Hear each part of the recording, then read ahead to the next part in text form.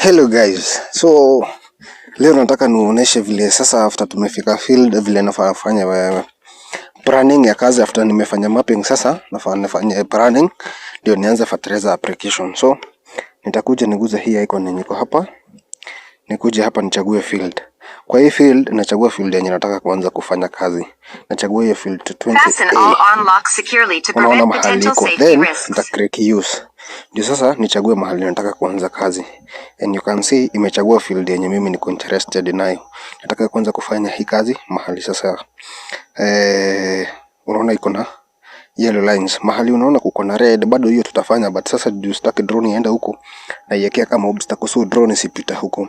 On the other side you can see mahali iko na route na task. So mahali iko na task ni kazi yenye nataka kufanya.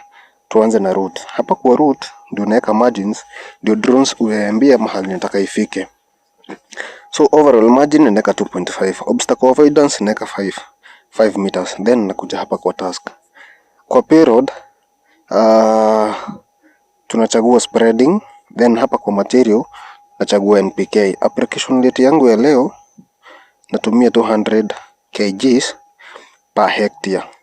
So alafu hapa spin disk nakuja niweka 800 revolutions per minute.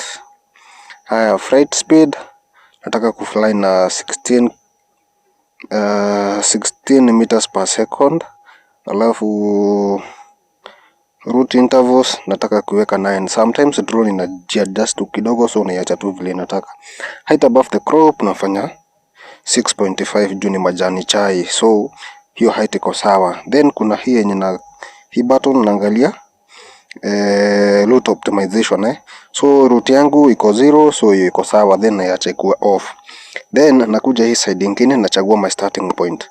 My starting point nataka ikuwe this point hapo ndio nataka nikifanya segmentation ya field ianze kutoka that side So alafu nakuja hapa nachagua route segmentation.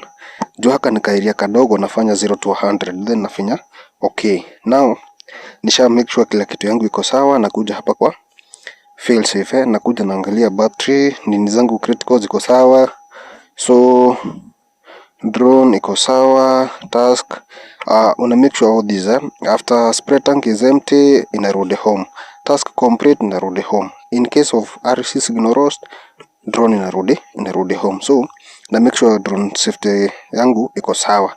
After nime make sure kila kitu iko sawa, hapa juu kuna mahali unaona imeandika 0.25 kg.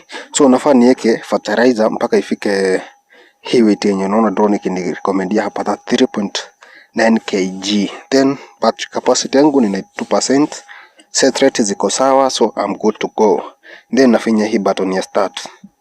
Nikifinya start na niambia make sure the surrounding is clear from obstacles, nafinya tu okay. Na niambia okay, fill to approve task, spray tank empty.